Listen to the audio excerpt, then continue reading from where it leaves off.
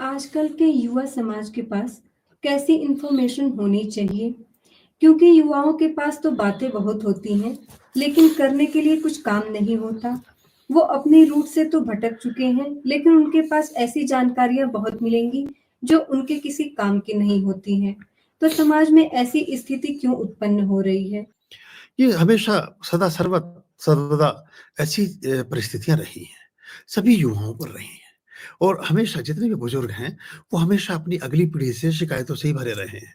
वो कहते ही रहे हैं कि अरे हमारा ज़माना तो ऐसा था, ये बुद्ध के समय से ही चल रहा है कि वो बच्चों से यही कहते हैं कि हमारे समय में तो बहुत अच्छा था और समय सारा ही चल रहा है आगे-आगे।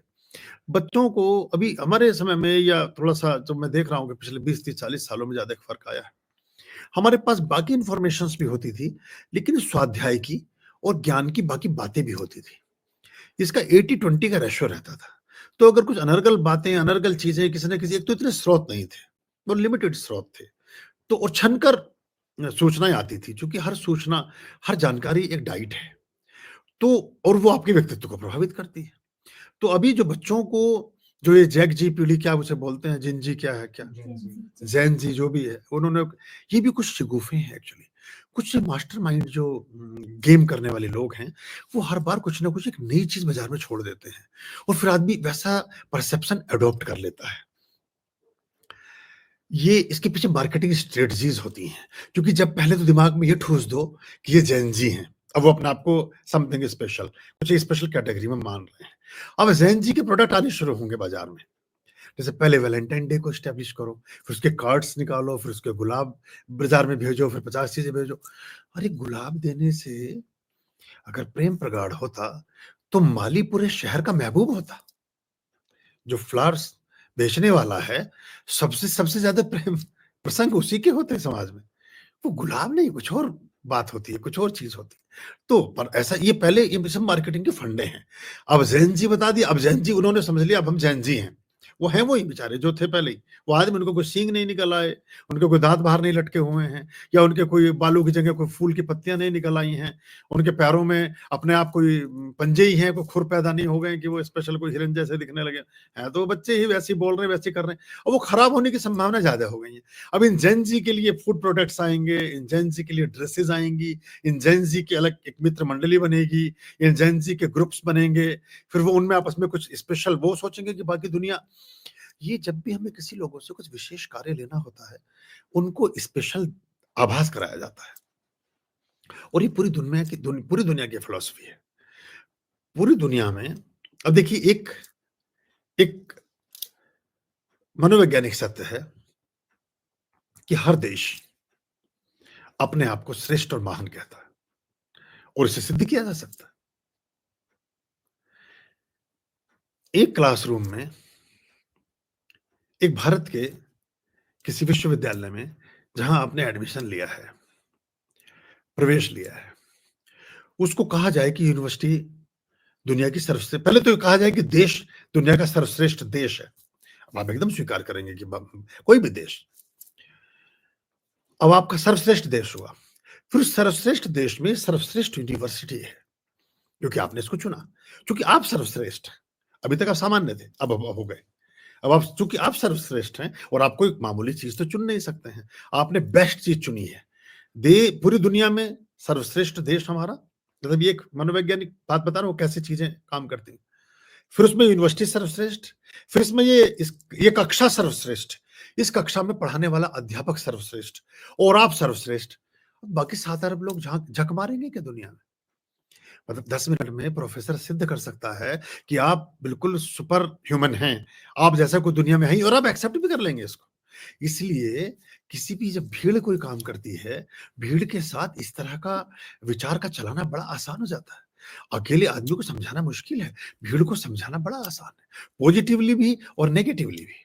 आप देखिए जितने सांप्रदायिक दंगे, उपद्रव होते हैं, कौन करता है? कोई मनुष्य नहीं करता, भीड़ करती है। लेकिन भीड़ कौन है?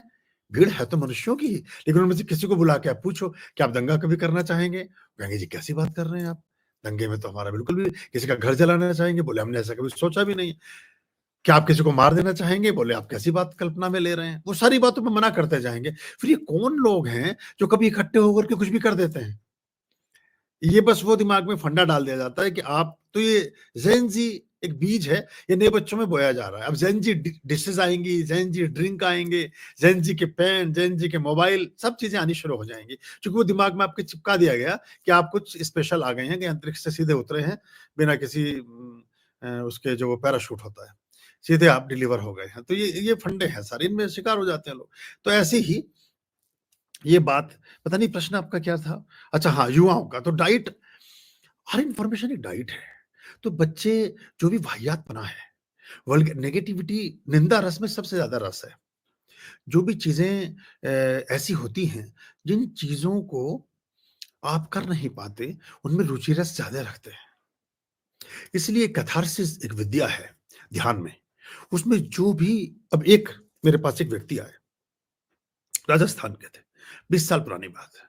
उन्होंने कहा कि मेरा बॉस निहायत ही निकृष्ट व्यक्ति है और सारा ही ऑफिस उसको ऐसा मानता है।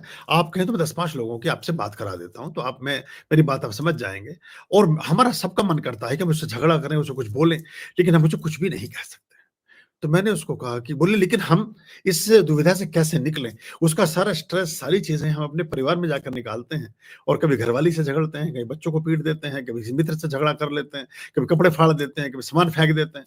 हमारे घरों में सबके 8-10 कर्मचारी हैं, सबके पागलों जैसी हरकत हो रही है। मैंने उनसे कहा, एक काम करना है आप एक हेलमेट खरीदो। 200-250 का हेलमेट तब आता था।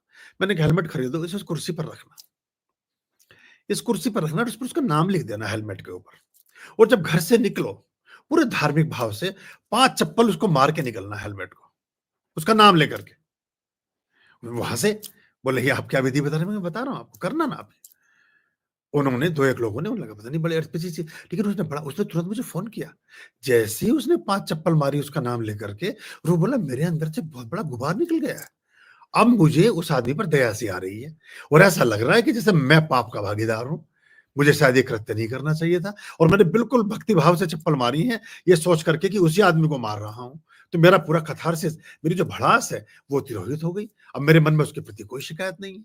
अब उसने मुझे शाम को बताया कि आज मैं ये सारा कृत्य मैंने किया। आज जब वो मेरे पास आया, तो रोज जब वो आता था, तो वे घृणा और हिंसा से भर जाते थे, बिना कुछ बोले, कि फिर आ गया, फिर कुछ कहेगा, फिर डांटेगा। लेकिन उस दिन जब वो आया तो हम मुस्कुराए कि ये वही है जिसको हमने 5 चप्पल रसीद कर दी है सुबह। सब काल्पनिक रूप से हो रहा है। ना आदमी है, ना चप्पलें लगी हैं किसी को, ना कुछ, लेकिन मनोवैज्ञानिक रूप से आपने सब काम कर दिया है। तो उसने कहा कि हमें तो बड़ा अच्छा फ़ॉर्मूला हाथ लग गया। अब वो जो चप्पल हम बच्चों में पे बजाते थे या घर में झगड़ा करते थे, उसकी आवश्यकता अब नहीं रह गई है। अब वो कैथारसिस के माध्यम से मनों के विकार हम निकाल रहे हैं, तिरोहित कर रहे हैं। तो ये कुछ चीज़ें ऐसी चिपकाई जाती हैं, और कुछ इन्फॉर्मेशंस आपके पास ऐसी आती हैं, अगर ये लंबे समय तक आपके दिमाग में भरती चली जाएँ, तो आदमी को विक्षिप्त करती हैं। तो युवाओं के पास अगर एक ही तरह की सामग्री, एक ही तरह के टेस्ट, एक ही तरह के स्वाद, एक ही तरह के रंग के विवरण इकट्ठे होते जा रहे हैं, तो उनकी वोकैब्युलरी वैसे ही बनती जाएगी। जैसे आजकल पिछले दिनों आपने सुना होगा, मैं तो नहीं देखता है कि किसी उसमें इंटरव्यू में कोई बातें हो गई इस तरह की जो थोड़ी ठीक नहीं थी। परिवार के बारे में, माता-पिता, ऐसी चीज़ों के बारे में। तो अब बच्चों के पास वही वोकैब्युलरी होती जाएगी। उन्हें पता भी नहीं चलेगा कब उनके मुँह से अपशब्द निकल गया। उन्हें पता भी नहीं चलेगा कि वो क्या बात किसी से कर रहे हैं, क्योंकि जो आपके पास है वही आप खर्च कर सकते हो। विचार भी वही खर्च करोगे जो आपके पास है। शब्द को मेरे जितने आप मेरे प्यारे और प्रिय हैं, सब बैठे हैं।